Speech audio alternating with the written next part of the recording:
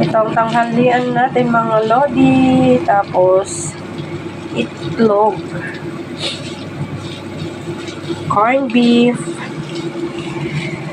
Dalawang klase yung niluto ko, pero isa lang, hinati ko lang siya. Corned beef at saka corned beef na may itlog. Corned beef na may patatas.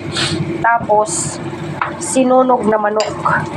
Sinunog talaga. Alansa kasi kaya sinunog ko.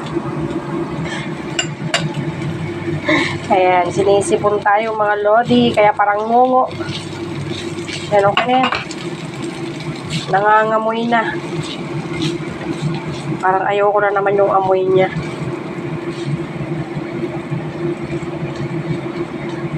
Ayan.